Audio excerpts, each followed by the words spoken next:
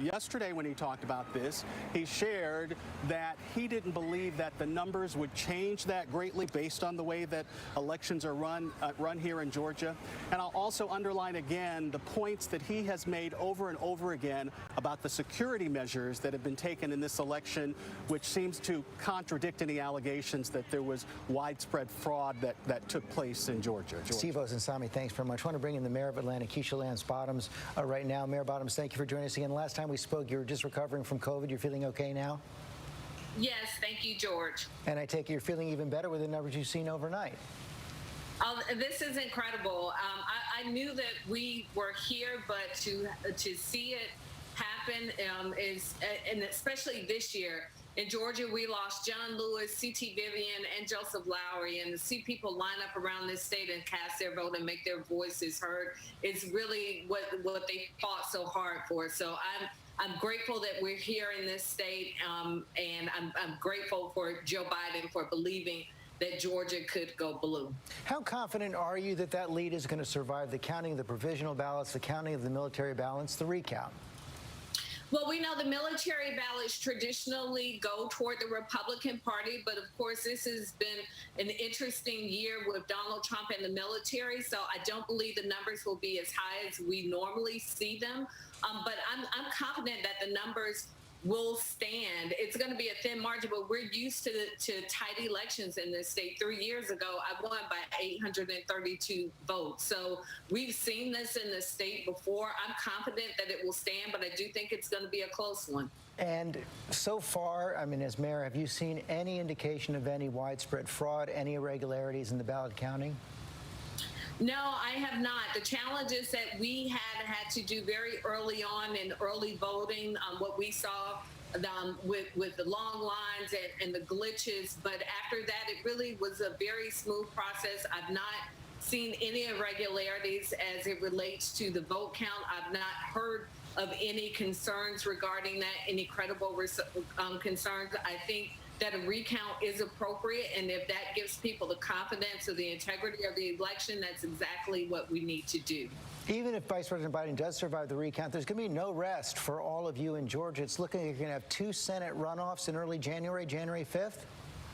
Yep, and it's gonna be a tough fight. We know, again, traditionally Republicans outvote us in runoff elections, but I'm really optimistic that as people see the impact that Democrats have had across this state on this election, that people will be motivated to turn back out in January. And we're just going to keep reminding people that it's not over, that for Joe Biden to truly be successful as president, he's going to have the Senate with him. Usually you have a lot of fatigue set in after a presidential election. Well, we've got energy in this state because so many people didn't think that we would be here. And to see that we are here, I believe, is really going to motivate people to continue to press forward through January. So we're celebrating, and it may be a bit premature, obviously, because the state has not been called for Biden. But the fact that we're even having this conversation about Georgia is something to celebrate. Mayor Bottoms, thanks for joining us again this morning. Thank you. We have some news out of Arizona. We can now say that Mark Kelly, the Democrat in Arizona, will win the special election in the state of Arizona, defeating Martha McSally. Because this is a special election, he could be sworn in by November 30th in this lame duck session. There you see now Democrats have picked up 2 seats on the Republicans, Arizona and Colorado. Republicans have picked up a seat in the state of Alabama.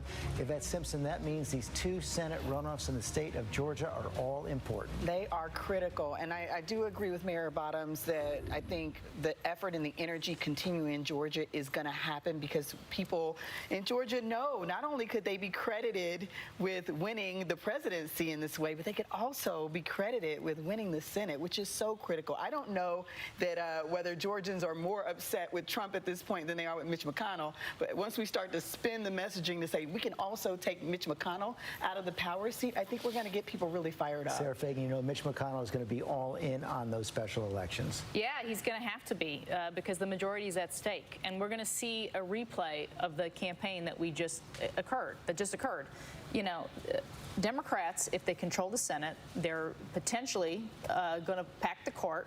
They're going to move to a more aggressive climate policies. They're going to move to more spending. Joe Biden has said he wants $4 trillion of tax increases. If Mitch McConnell is removed as the Senate leader, that will likely happen.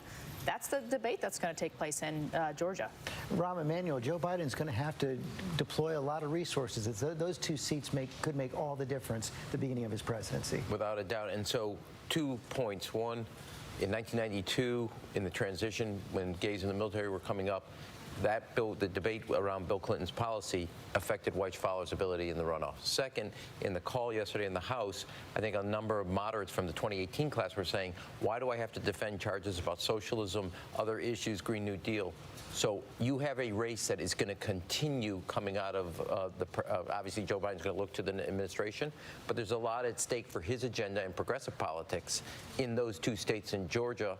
And I think that, therefore, conscious of history, conscious of what just happened, they have to not only look forward there, but keep it one eye on right on the periphery of how to run this race in Atlanta and Georgia, create an environment that's more conducive for Democratic candidates. Christie, what role does President Trump play in these special elections, if any?